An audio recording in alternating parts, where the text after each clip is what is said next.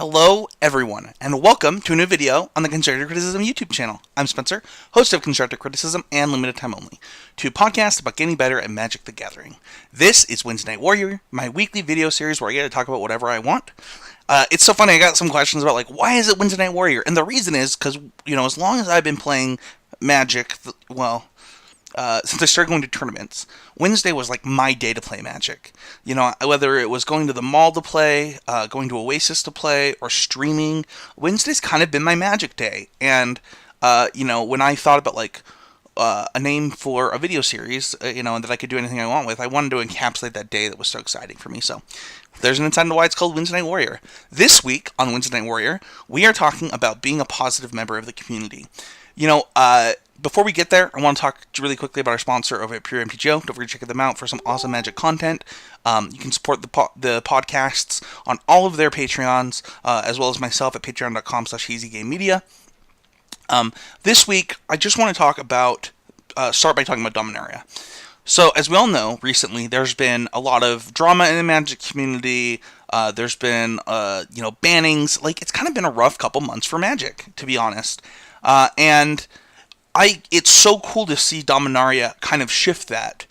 And, some of the biggest pre-releases I've ever seen are happening right now.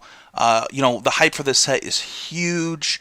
And there is so much love and excitement, whether you're excited about a new commander for your commander deck or a new commander for your brawl deck, cards for your, modern deck, whatever it is you're excited about, there's just so much love and excitement around this set.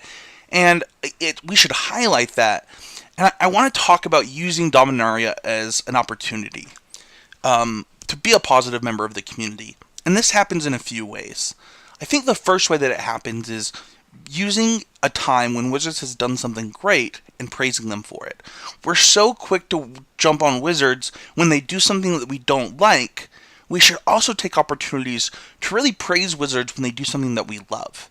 And Dominaria is something that seems almost universally loved. Now, there's always going to be people that don't like Magic sets, right? Maybe you don't like Legendaries, you don't like the downside, but it seems like there's a lot of love for this set. And if you love it, and you love what Wizards of the Coast has done, praise them. Let them know. Give them positive feedback, not just negative feedback when things are going wrong. Wizards has created something beautiful, right? Magic the Gathering is a beautiful game that they've spent a lot of work on, and we need to let them know that work is appreciated. When you do something awesome, you like to be praised, right? And Wizards of the Coast and their employees and their marketing team and everything that goes into creating a set like this in an environment that's so loved, that deserves that recognition. When I also think about pre-releases, I often think about those people that are posting their 4/4s and pre-releases, or their sweet polls, maybe they got a foil Mox Amber, or they got, the foil Commander, or something like that. And I really think that what we should do in those situations, that oftentimes we don't do, is, congratulate or, lift those people up. I had a time early on when I was pre-releasing, when I went undefeated and I posted about it, and someone was like, "Oh, haha, do you also post your FNM undefeateds?" And it was so rude and condescending. Maybe that this is their first time ever going undefeated in a Magic tournament, and when you take that opportunity to tear them down rather than build up the fact that they accomplished something that they're proud of, it encourages them not to start those dialogues and conversations anymore. And we don't want to do that. And it's easy to get kind of caught into that in pre-release time. Because there's so much of it, right? There's tons of people posting their polls. There's tons of people posting their pools. There's tons of people, and what we should do is be like, dude, you got a foil Mox? That's super awesome. What deck are you going to put it in? Are you going to trade it? What is that going to become? What is that going to do for you? Not some of the other things that we might see on the internet. And I like using a time like a pre-release where there's an influx of new players into the game as an opportunity to improve the game, right? I like to think about the new player, right? So you might see tons of new players coming into your pre-release or into your standard events in the next coming weeks or into your drafts, right? It's going to bring players back who haven't played since old Dominaria, right? Or when Dominaria was the main focus of Magic.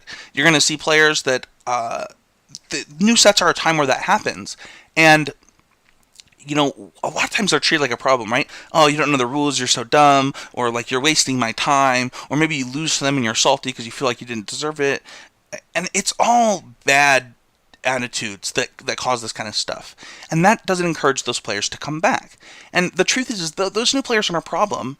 They are a great part of this game that we want to keep. We want to encourage them to return. We want them to have a good experience so that they come back. So if you're rude to them at your pre-release or you're rude to them in their first draft, they're not going to have a good experience and they're going to be less likely to return. And I think that it's really easy to become disenfranchised with the fact that there are going to be new players. But the fact that this set is so exciting for a lot of people means you're going to get an influx of those people, and we want to be kind to those people and bring them into the fold, and make them enjoy this experience that Wizards of the Coast has given us. And I hope that we can do that as a community. I hope that we can use the opportunity of these giant pre-releases to get more people into the game, to get them into Standard, to get them into Modern, to get them into Legacy, to get them into Commander, to get them into Brawl, right? All of these amazing formats that Magic the Gathering offers us, it all starts with them playing Magic for the first time. And new sets are the time when that happens the most. So, in short, I just hope that this week and next week, as we see those new players, we see those people improving at the game, and we see these things happening, is we can praise Wizards, we can be welcoming, we can be kind, and we can make Magic better. It was a rough couple months, right? We had drama, we had bannings, all kinds of stuff, and now's the time to lift each other up and make Magic great and make it better than it was the day before. So that's it for me for this week. Don't forget to check out patreon.com/CCMTG as well as patreon.com/EasyGameMedia. You can check out our sponsors at puremtgo.com. Thank you, everybody, for watching, and I'll see you guys all next week.